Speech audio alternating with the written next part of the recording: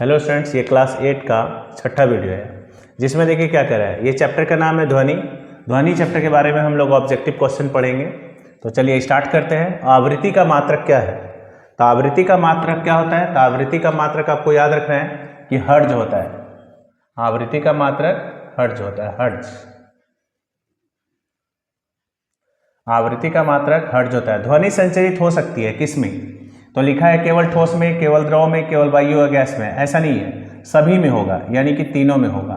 कह रहे इनमें किस में आवाज की आवृत्ति सबसे अधिक होती है? किस में?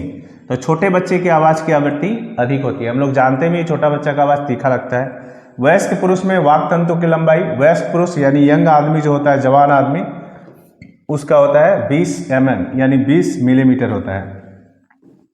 उसके बाद देखिए क्या क्या है। महिला के वाक तंतु की लंबाई कितनी होती है? तो महिला का होता है 15 यानी 5 mm उसका कम होगा। यदि कोई वस्तु 1 सेकंड में 30 कंपन पूर्ण करती है तो उसकी आवृत्ति क्या होगी?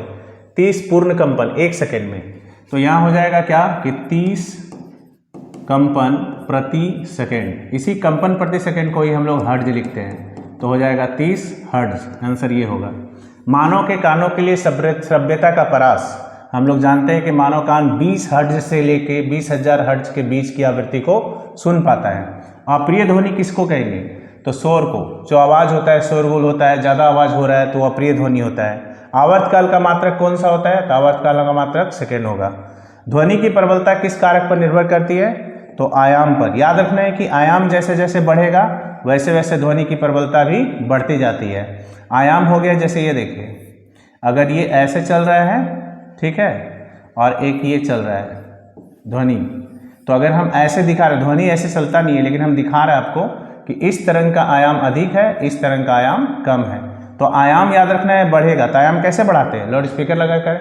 लाउड स्पीकर लगा देंगे। अगर हम कोई बात कर रहे हैं या कुछ कर रहे हैं, कोई प्रोग्राम हो रहा है, वहाँ लाउड स्पीकर इसलिए लगाया जाता है ताकि उसका आयाम बढ़े, और आयाम बढ़ने से उसकी प्रबलता बढ़ेगी और ध्वनि दूर तक जाएगा। उसके बाद है अवश्रव्य ध्वनि की आवृत्ति कितनी होती है? तो हम लोग जानते हैं कि 20 हर्ट्ज से कम। तो ऐसी ध्वनि जिसकी आवृत्ति 20 हर्ट्ज से कम होगी अवश्रव्य होता है। अगर 20,000 हर्ट्ज से अधिक होगा, 20,000 हर्ट्ज से, तो 20,000 हर्ट्ज से अगर अधिक होगा तो 2000 लिखा हुआ है, यहाँ आपको 20,000 लिखना है। 20,000 हर्ट्ज से अधिक होगा तो वह पराश्रव्य ध्वनि होगा। प्रति सेकंड होने वाले कंपनों की संख्या को, ये डिफिनीशन है आवृत्ति का। आवृत्ति किसे कहते हैं? तो 1 सेकंड यानी प्रति सेकंड हो गया। 1 सेकंड में जितना कंपन करता है कोई भी वस्तु, 1 सेकंड में जितना कंपन करेगा उसी को हम लोग आवृत्ति कहते हैं। कंपन का आयाम का ऐसे मात्रक, तो याद रखना है मीटर होता है। कंपन के आयाम को हम मीटर में नापते हैं। हमें कोई ध्वनि सुनाई देती है, इसका क्या कारण है?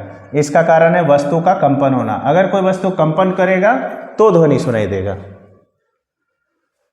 रिक्त स्थान की पूर्ति करना है। केवल कंपित वस्तु ही ध्वनि उत्पन्न करती है। देखिए लिखा हुआ है कंपित वस्तु ही ध्वनि उत्पन्न करती है।